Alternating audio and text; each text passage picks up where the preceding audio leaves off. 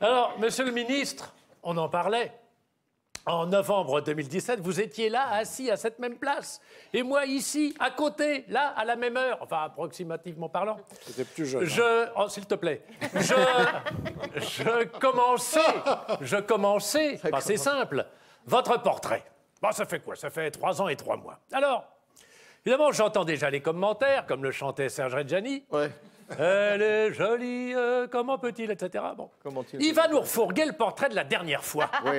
C'est un maudit feignant, il se mouche pas du pied, etc., etc. C'est Comme des disait... expressions qu'on emploie tous les jours. Oui, bien sûr, oui, il se mouche Du pas coup, du elles pied. sont made in France. Oui. Comme disait la mère Denis, dans sa publicité pour la machine à laver Vedette, ça c'est vrai alors.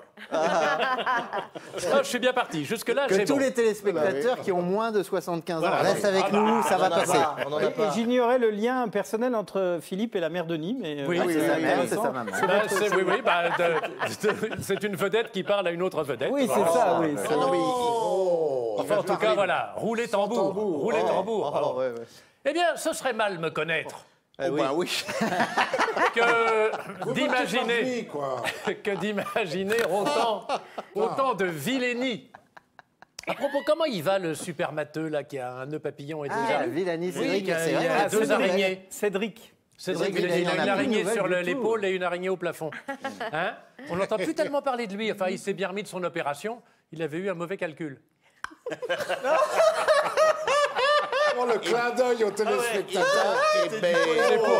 C'est pour appuyer la blague. Vous savez un quoi truc. Il y a un truc qui le s'appelle clin les d'œil. mèmes, c'est ça, je suis pas très jeune, mais Oui. les mèmes, c'est ça. S'il y a des téléspectateurs un peu jeunes qui faites un mème de ce qu'on vient de voir, là, le clin d'œil de Philippe Oui. Chevalier, c'est un gif ou je sais pas quoi. Ça peut buzzer Ça peut tourner, sur les ça réseaux. peut ouais. buzzer. Ça, c'est du C'est clin d'œil. Jacqueline.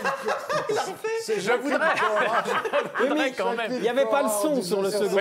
Oui. J'aimerais quand même, puisque je suis Il va nous payé parler pour des ça. aspirateurs Bon. Tornado. Tout à Allez-y, Oui, Philippe. Tornado. Tornado est l'aspirateur de qualité supérieure. Je voudrais quand même signaler. faut pas le pousser. Oui, il ne faut pas me Allez. pousser. Arrêtez, sinon on à a pour 1h30 à encore. l'auditoire. Allez-y, Que Philippe. lorsque notre ami Jérôme de Verdière, ici présent. Tornado, c'était le cheval de Zorro. Oui, c'était le cheval de Zorro. Mais si tu pouvais être un petit peu Bernardo, ce serait pas mal. Je suis déjà Sergent Garcia. J'ai un train dans 3 jours, on peut avancer. Donc je voulais signaler que lorsque notre ami Jérôme, qui est un homme de talent autant que de conviction, ça je tiens à le c'est vrai. signaler Merci, auprès du Philippe. public qui parfois ne l'entend pas de cette oreille-là. Si tu peux rajouter un petit clin d'œil. Quand il m'a dit « Veux-tu faire le portrait d'Yves Gégaud ?» j'ai répondu de suite « Plutôt 2 fois qu'une ». Et c'est donc un deuxième portrait, cher monsieur, que je vais faire de vous, même si j'ai, pour l'écrire, puisé des éléments dans le premier, puisque, au bout du compte, vous n'avez pas tellement changé, si ce n'est, capitale de l'Australie, en fait, non, c'est Canberra. Que vous m'avez dit tout à l'heure, une chose que je ne savais pas, et Dieu sait que je suis les gazettes du Palais Bourbon, que vous avez abandonné la politique, ce qui va faire que je vais impromptu changer ma chute tout à l'heure dans 1 heure ou 2. Vous êtes donc toujours né à la même date et au même endroit, ça c'est né variéture, hein, et vous êtes bisontin, parce que vous êtes né à Besançon.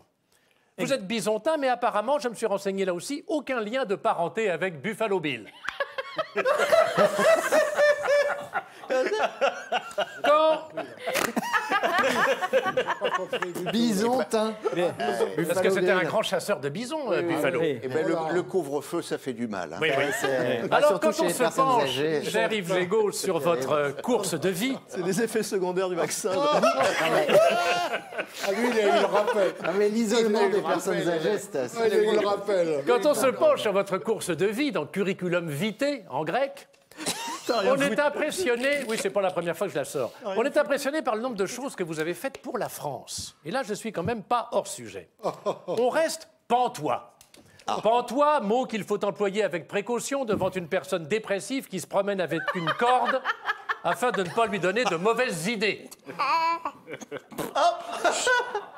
Toute votre vie, monsieur le ministre, a été consacrée à la politique.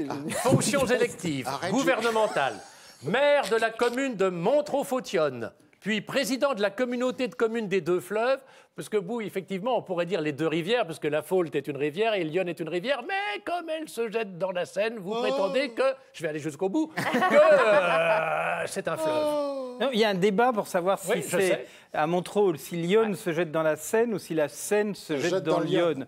Et d'où l'idée des deux fleuves, puisqu'on n'a pas tranché ce débat. Enfin, les habitants de Montreux l'ont tranché, ils savent très bien que c'est la Seine qui jette dans l'Yonne, mais aller expliquer que les Hauts-de-Seine deviennent les Hauts-de-Lyonne, que Neuilly-sur-Seine devient Neuilly-sur-Yonne, et qu'au Havre, cher Édouard Philippe, c'est l'embouchure de l'Yonne au lieu de l'embouchure de la Seine, ça créerait trop d'ennuis, donc nous avons gardé ça pour nous. On a gardé ça pour nous. Il est bien votre petit duo, là. Ah, très bien. C'est pas mal, hein? Oui, mais Et alors, pour le clin d'œil, j'ai encore un peu d'entraînement. Donc, alors, vous êtes président de la communauté de communes des deux fleuves, puis vous avez été secrétaire d'État de l'Outre-mer. Hein, décidément, l'eau, ça vous connaît. Hein, vous êtes passé du fleuve à la sans aucune histoire. Conseiller départemental et fondateur de l'Alliance républicaine avec Jean-Louis Borloo, que vous avez essayé d'initier à l'eau, mais là, c'est vrai qu'il était un peu rétif. De la Bretonne. De la Bretonne, merci. Alors, comme le disait Guy Lux, à propos des courses de chevaux, la politique, c'est votre dada. Et sur l'échiquier, vous avez été... Maintenant, je fais au passé composé, puisque vous allez nous en parler tout à l'heure dans le débat qui va suivre après l'émission. Vous avez été au centre et carrément au centre. Mais vous n'êtes pas pour autant un opportuniste qui, comme le canard, oscillant au gré de la brise marine sur le lac paisible et tranquille, prendrait soin de ne pas mouiller ses plumes. Non. Non, cher Yves Gégaud, vous savez, bah oui, c'est beau. Vous savez vous impliquer dans la vie sociale. On dirait du Bougrin du Bourg. Oui, c'est beau. de village d'à côté. Dans la vie sociale, puisqu'en 2002, vous avez été fondateur, président du syndicat de traitement des déchets ménagers du Sud Seine-et-Marne. Hein? Elle n'est pas belle, la vie? Regardez le dessin. Vous êtes aussi... Oh, j'aimerais travailler dans la Le paix. troisième portrait, Vous êtes aussi Nous t'écoutons, nous sommes... écrivain, essayiste, romancier. Un titre parmi vos œuvres a attiré mon attention, cher Yves Gégaud. Et La conspiration de Bosch. N'est-ce pas? la conspiration Bosch. Oui. Il n'y a pas le... Ah, Bosch, oui, là, la conspiration. Ça apporte de l'eau à mon moulin. Il y a une question que je me pose, c'est que font les téléspectateurs pendant ce temps-là? N'est-ce pas un peu risqué, monsieur le ministre? On a eu Vedette, Tornado, Bosch, c'est une spéciale... Surtout pour un Européen convaincu comme vous de parler en ces termes de nos voisins allemands. Ah, non, c'est Hieronymus Bosch. Oui, c'est le peintre. Eh oui, Et les qui n'était aveugles. qui n'était pas allemand. Il était flamand. Voilà. Enfin, c'est du pareil au même. Oh non, oh la honte. Merci Gégaud. Vu comme ça, j'ai pas d'argument. Je vais vous dire. Tout ça, c'est quand même, c'est nordique.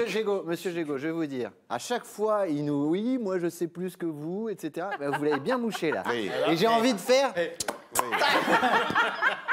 Tous les Allemands tombe ne bien sont pas parce des que- Boches. Non, et Non. les Bah Flamands, si tu traites les Flamands de Bosch... Et Bosch, ça nous ouais, ramène à la mère Denis, qui était, elle, c'était Vedette, qui était une Oui, ça, on autre avait société. compris Voilà, depuis c'est ça. 10 minutes. Alors, les Français se souviennent aussi de votre proposition de loi pour le menu végétarien alternatif et obligatoire dans les cantines scolaires qui avait fait couler beaucoup d'encre, ce qui est normal à l'école, même si les mioches aujourd'hui ne trempent plus tellement leurs plumes dans l'encrier.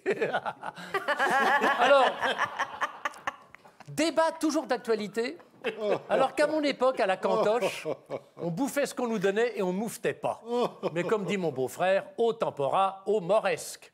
Et en plus, nous, le lundi, on avait coquillette, qu'il faut prononcer normalement en Bretagne coquillette.